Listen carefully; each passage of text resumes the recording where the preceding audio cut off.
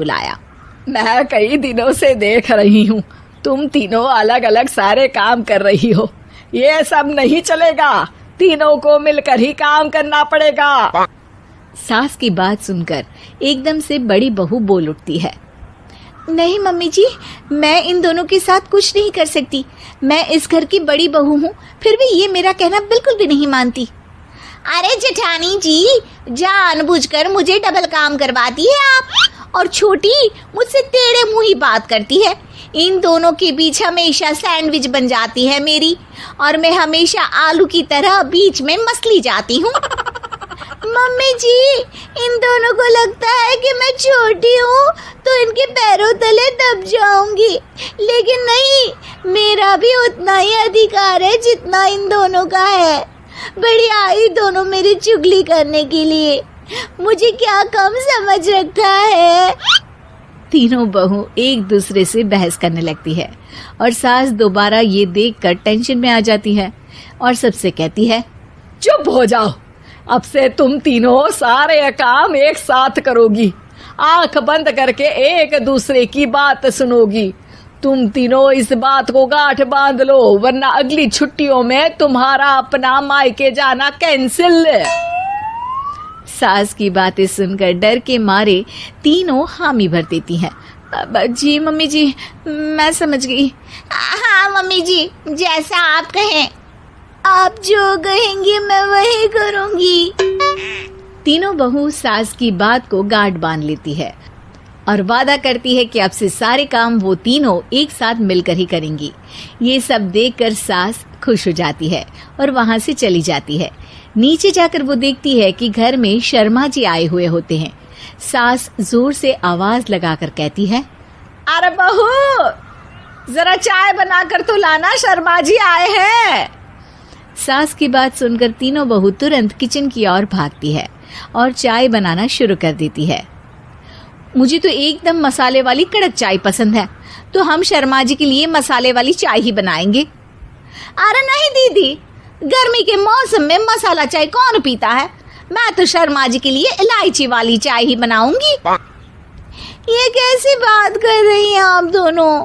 मेरी मम्मी ने सिखाया है कि मेहमान को ज्यादा दूध और शक्कर वाली चाय देनी चाहिए, वरना वो घर वालों को कंजूस समझते हैं। तो मैं तो शर्मा जी को ऐसी ही चाय दूंगी।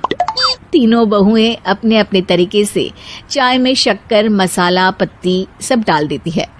उबलने के बाद तीनों मिलकर चाय बाहर लेकर जाती है और शर्मा जी और सासू माँ को देती हैं। चाय पीने के बाद शर्मा जी सासू माँ को देखकर शर्मा जाते हैं और शर्मिंदा महसूस करते हैं कि आखिर उन्होंने चाय पीने के लिए हामी क्यों भरी। सासू माँ भी चाय पीना शुरू करती है और कहती हैं, अरे बहू, ये कैसी चाय बनाई है? चाय है या मीठे दूध की बासुंदी? हाँ, चाय अच्छी नहीं लगी क्या?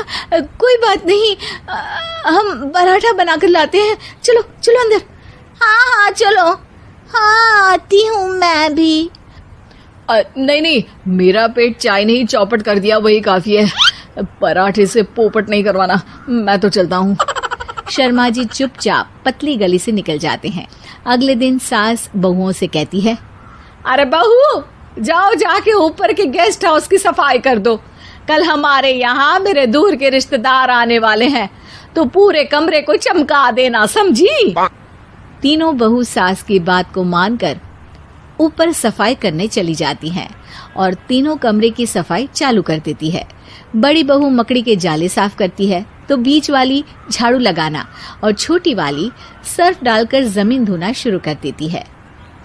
अरे दीदी, जेठानी जी, अभी मैंने पूरी फर्श धोई और आप फिर से धूल नीचे गिरा रही हैं। और मछली जेठानी जी, आप बिना झाड़ू की धूल यहाँ छटक रही हैं। अरे तीनों को साफ करना है, एक साथ सफाई करते हैं ना। अरे वही तो, हम साथ साथ हैं, घर साफ साफ है। तीनों बहू ऐसे ही काम में उलझ जाती है और 2 घंटे तक एक ही कमरे की सफाई करती रहती है।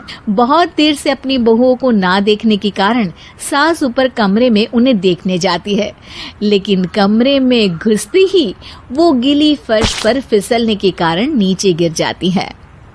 ओरी मोरी मैया, हड्डी मरोड़ के रख दी। आए मेरी तो कमर ही टूट गई रे। तीनों बहुएं सास को उठाती हैं और बिस्तर पर सुला देती है। अरे मेरे हाथ पैर दर्द कर रहे हैं, दबा दो आराम मिलेगा। हाँ जी माँ जी। अरे जी माँ जी, जी माँ जी। और तीनों बहुएं एक साथ सास के हाथ को दबाना शुरू कर देती हैं। माँ की तो चीख ही निकल जाती है और नतीजा ये होता है कि सास के बचे हुए शरीर में भी दर्द उठ जाता है। हाय राम, ये क्या कर दिया तुम तीनों ने।